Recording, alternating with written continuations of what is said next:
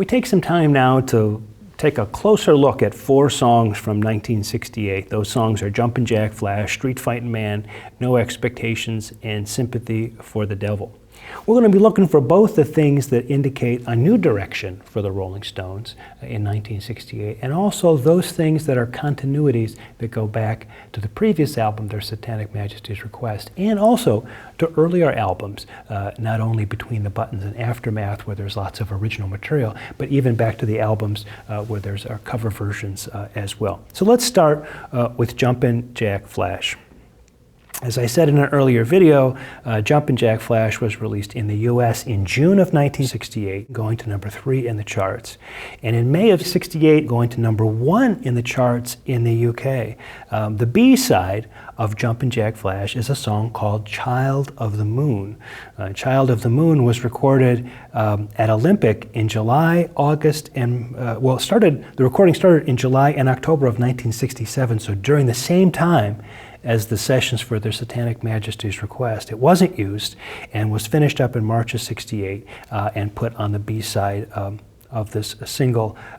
Turns out that Brian Jones, the guy who can play anything, is playing saxophone on this one, Child of the Moon. Both of these produced by Jimmy Miller. So the B-side is kind of interesting because it's not actually from the Beggar's Banquet era. In many ways, it goes back to the Satanic Majesty's year. Jumpin' Jack Flash, it features Keith Richards on open tunings and Nashville tunings on guitar. So he started to really get into these open tunings. He would ultimately come to drop the low string off the guitar and just play 5 strings. He says the thing about the open tuning. I'm going to change it a little bit so that the language won't be offensive to anybody. He says the thing about the open tuning is it only uses 3 notes, because there are only 3 different notes when you tune it open. 3 notes, 2 fingers, and 1 idiot. Of course, he thinks the idiot is him.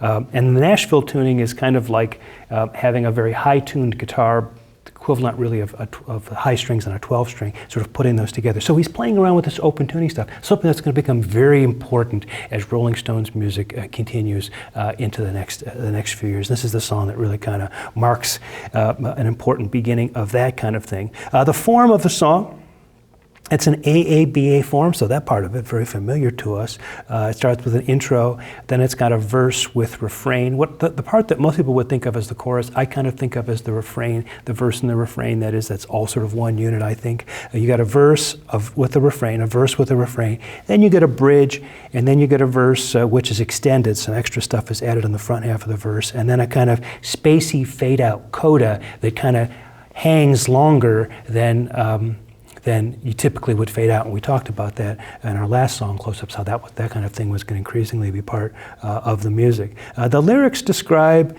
an overcoming of hardship, and it could be autobiographical in part.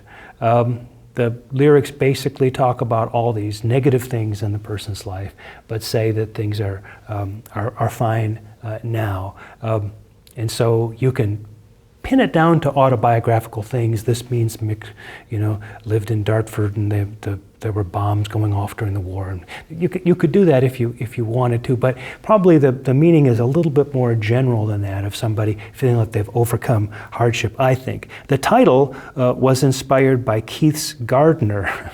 The story, and that guy's name was Jack Dyer.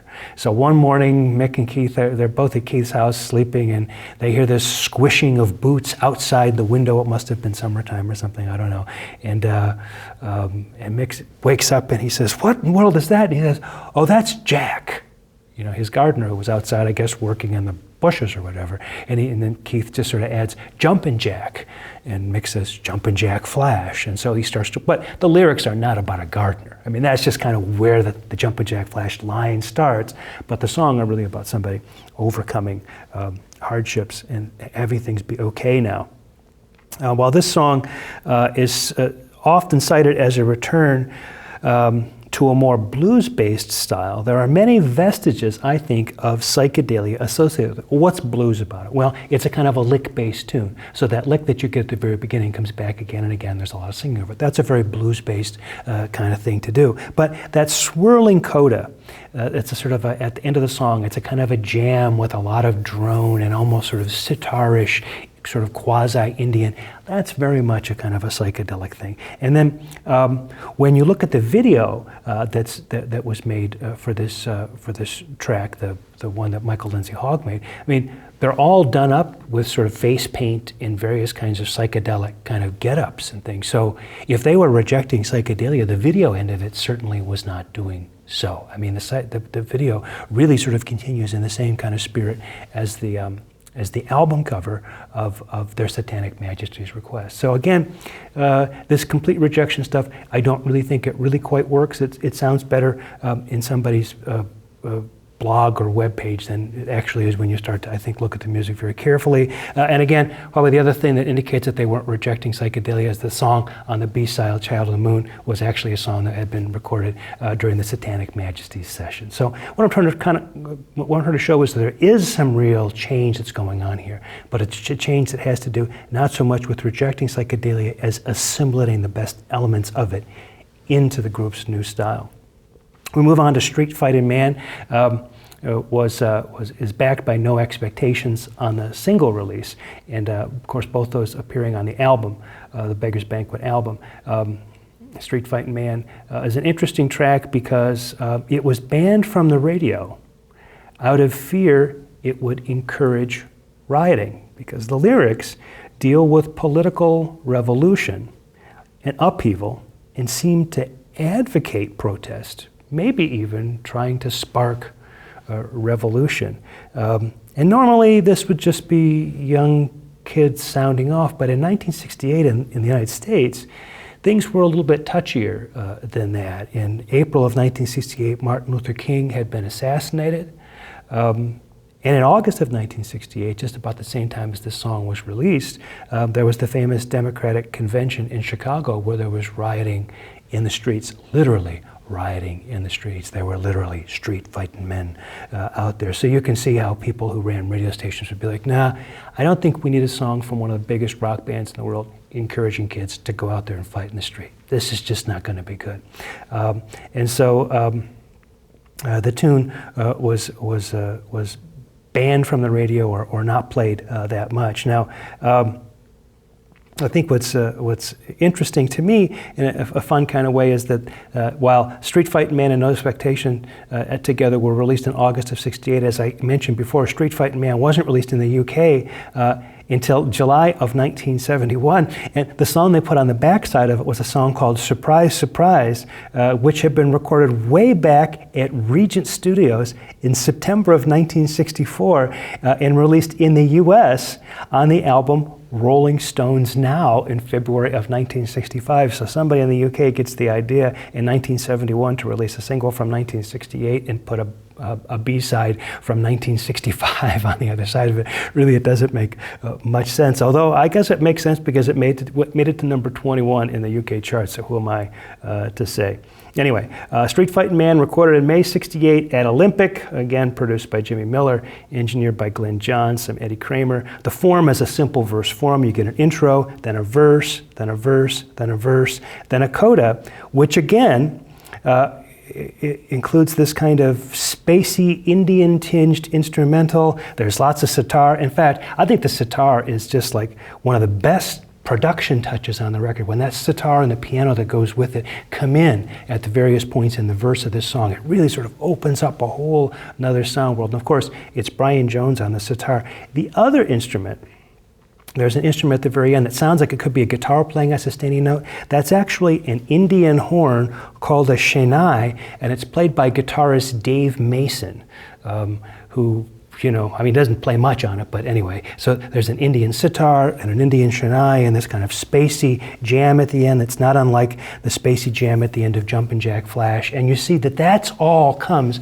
out of 1967, out of the Satanic Majesty kind of mindset. So while we think of Street Fighting Man as being kind of bluesy-based rocker that rejects psychedelia, in fact, the whole ending really comes out of the psychedelic techniques that the group had used before that. On the B side of that record is a song called No Expectations. This is kind of a poignant tune for, I think, a lot of Rolling Stones fans because Mick Jagger has said about this track that, you know, during Brian Jones' decline, this was the last song he can remember Brian really making a strong contribution on. And, it was just one of those days. Brian would have his days where you just didn't know what was happening with him.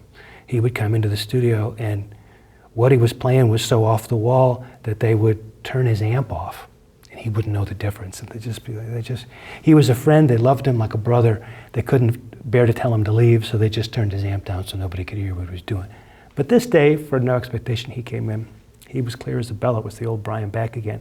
And he laid down this fantastic bottleneck part, which is exactly what the song needs.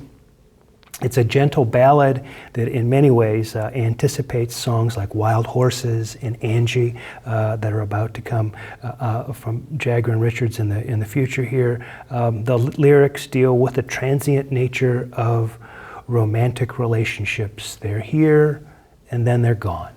And the narrator in the song is in that period where something that was once here is now gone. And so the song is about having no expectations because you can be disappointed.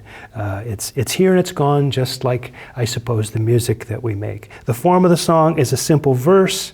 The verse plays over and over and over again. The first time you hear the verse, it's done instrumentally. It's kind of used as an intro.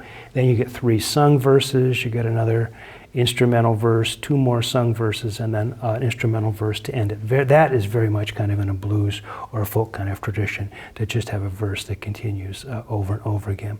So a fantastic tune from the Rolling Stones, a beautiful track that will lead, it in many ways stands for the end of something, that is the Brian Jones involvement with the group in an integral kind of way, and the beginning of something else, which is the kind of Richards, Jagger kind of ballad. Not the first one, As Tears Go By. There have been other ballads along the way, but this kind of acoustic-y sort of folk-tinged mellow ballad kind of thing is going to become a very big sort of approach that they're going to return to again and again in the albums to come. Finally, we come to what may be the clearest point of arrival in terms of maturity for the Rolling Stones, and that is the track Sympathy for the Devil.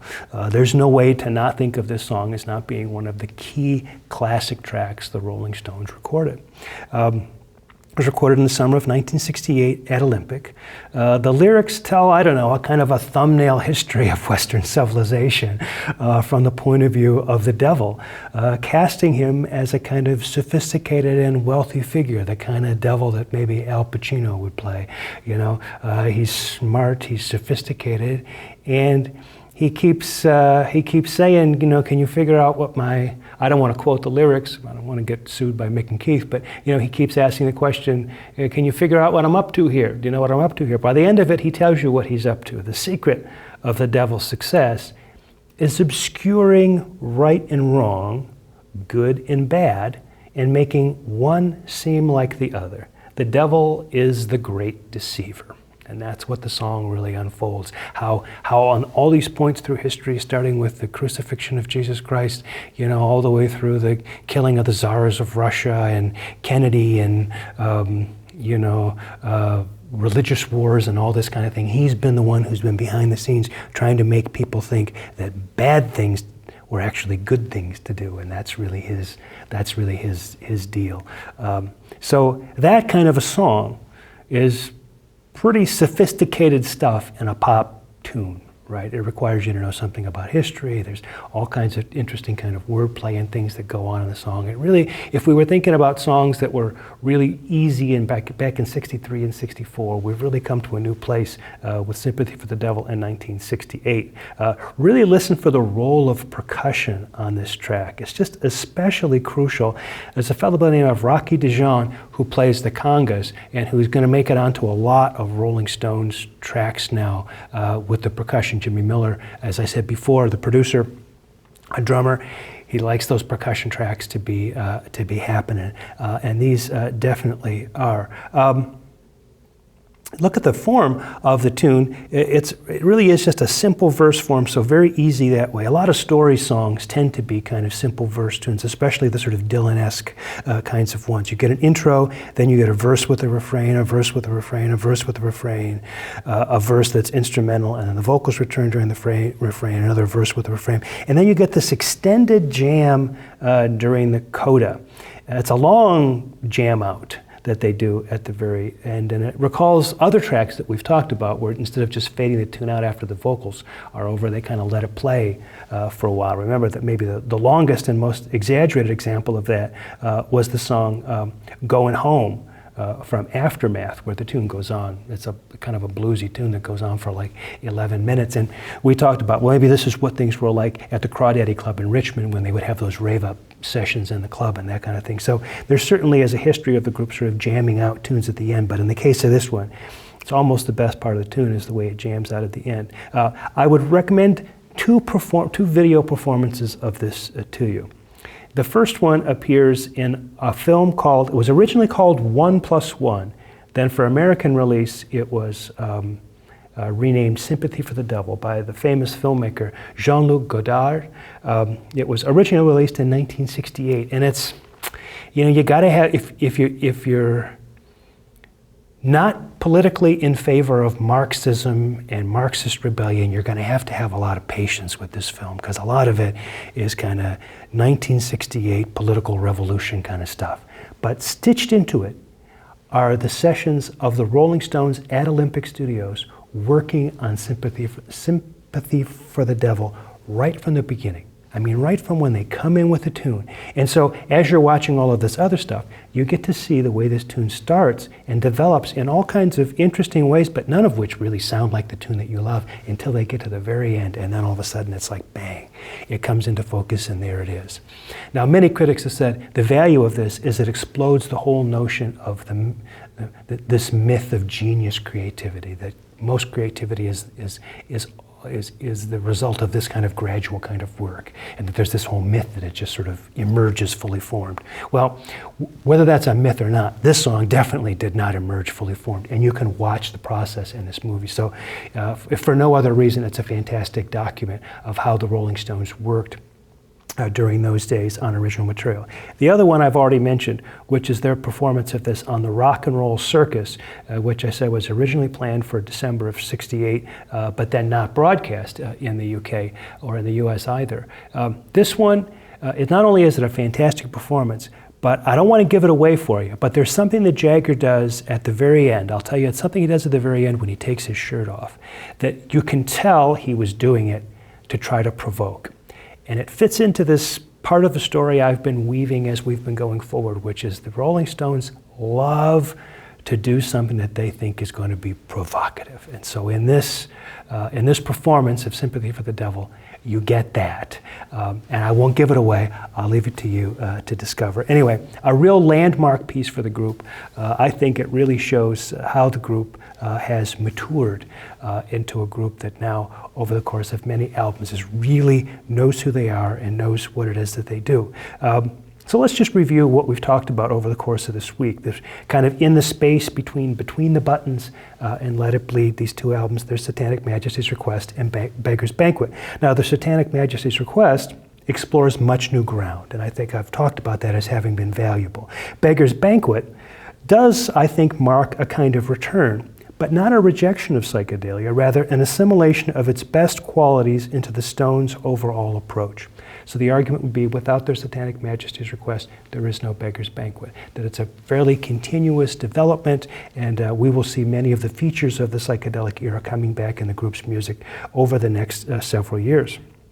So over the course of 4 albums of almost exclusively original music, that sequence is Aftermath, Buttons, their Satanic, Between the Buttons, their Satanic Majesty's Request, and Beggar's Banquet.